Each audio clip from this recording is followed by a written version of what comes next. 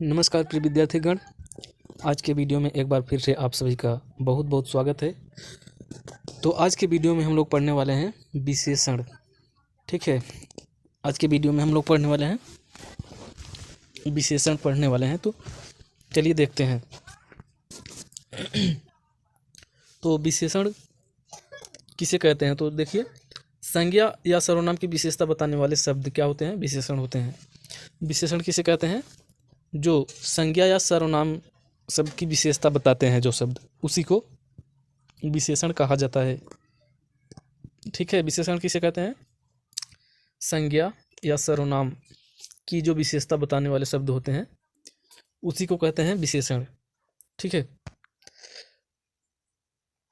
तो इसमें तो एक होता है विशेषण होता है और एक होता है विशेष्य। ठीक है, जो शब्द विशेषता बताता है वो तो हो जाता है विशेषण, और जिसकी विशेषता बताई जाती है उसको कहते हैं विशेष्य। ठीक है, जैसे मोटा लड़का हंस पड़ा, तो यहाँ मोटा क्या है? लड़के की विशेषता है, जो कि विशेषण इसको कहेंगे। ठीक है, और लड़के की विशेषता बताई जा रही है तो इसको विशेष से कहते हैं। ठीक है, विशेष से कहेंगे। ठीक है, तो जिसकी विशेषता बताई जाती है वो विशेष से होता है, और जो विशेषता बताता है शब्द उसको विशेषण कहते हैं। विशेषता बताने वाले शब्द को विशेषण कहते हैं, और जिसकी विशेषता बताई जाती है उसको विशेष से कहते हैं। तो आगे चलते हैं।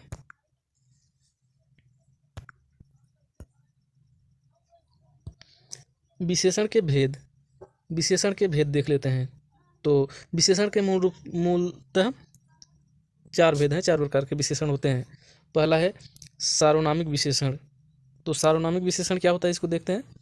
तो विशेषण के रूप में प्रयुक्त होने वाला सर्वनाम, विशेषण के रूप में जो सर्वनाम प्रयुक्त होता है वही होता है सार्वनामिक विशेषण। ठीक है, तो इसको उदाहरण के द्वारा समझेंगे। और इसके भी दो उपभेद हैं। किसके? सार्वनामिक विशेषण के। पहला है मौलिक सार्वनामिक विशेषण।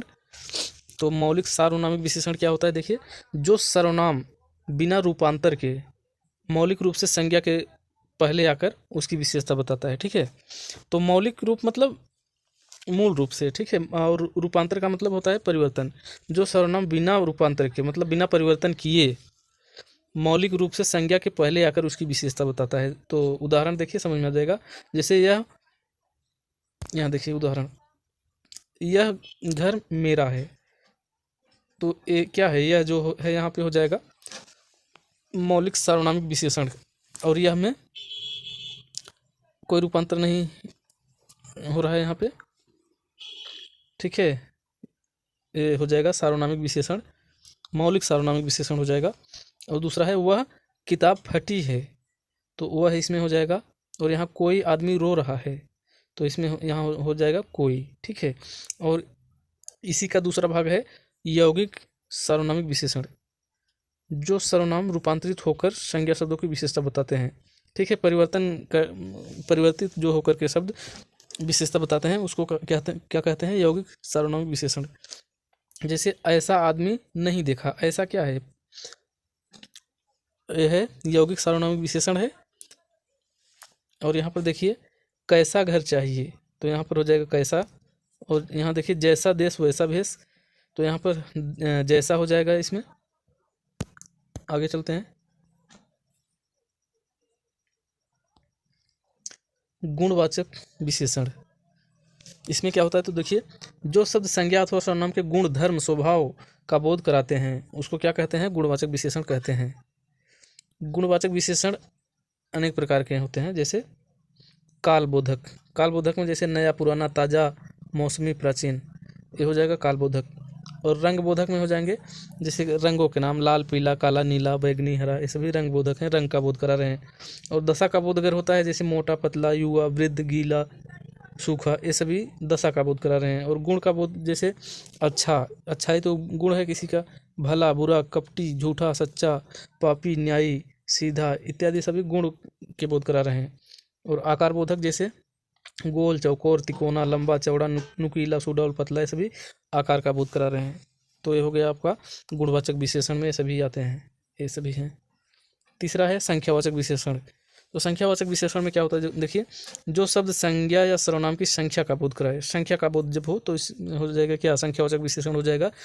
और ये भी दो प्रकार के होते हैं, निश्चित संख्यावाचक और अनिश्चित संख्यावाचक। जैसे निश्चित संख्यावाचक में हो जाएगा, जैसे उदाहरण देखिए, 10 लड़के, तो 10 यहाँ निश्चित है, 50 रुपये, यहाँ 50 जो है निश्चित का बोध हो रहा है। और अनिश्चित संख्यावाचक हो जाएगा, जैसे कुछ आदमी की बात की जा रही है, लेकिन कितने हैं ये निश्चित नहीं है, अनिश्चित संख्यावाचक है।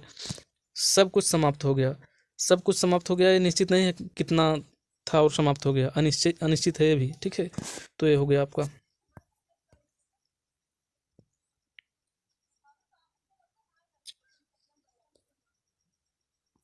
तो तीसरा हो गया,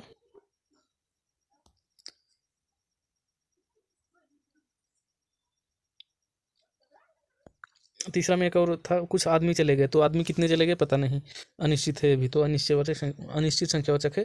अब चौथा देख रहे हैं, परिमाण बोधक विशेषण देख रहे हैं अब हम लोग। तो परिमाण बोधक में क्या होता है, संज्ञा सर्वनाम के परिमाण का बोध इसमें होता है, ठीक है, कितना है इसका बोध होता है। जैसे इनके भी दो भेद हैं, निश्चित परिमाण बोधक, अनिश्चित परिमाण बोधक। जैसे 10 किलो घी, तो यहाँ 10 किलो निश्चित बताया जा रहा है कि 10 ही किलो। और अनिश्चित में है जैसे बहुत घी, थोड़ा घी, तो ये निश्चित नहीं है कितना घी है, बहुत मतलब पता नहीं कितना, थोड़ा मतलब कितना थोड़ा, ये भी निश्चित नहीं है, ठीक है। ये हुआ आपका।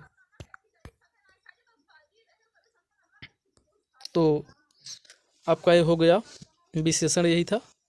अगर अच्छा लगा हो तो इस चैनल को सब्सक्राइब कर सकते हैं। और व्याकरण का पूरा वीडियो इसमें मिल जाएगा, इस चैनल पर प्लेलिस्ट पूरी पड़ी है, उस प्लेलिस्ट में जाइए और आप पूरा देख सकते हैं।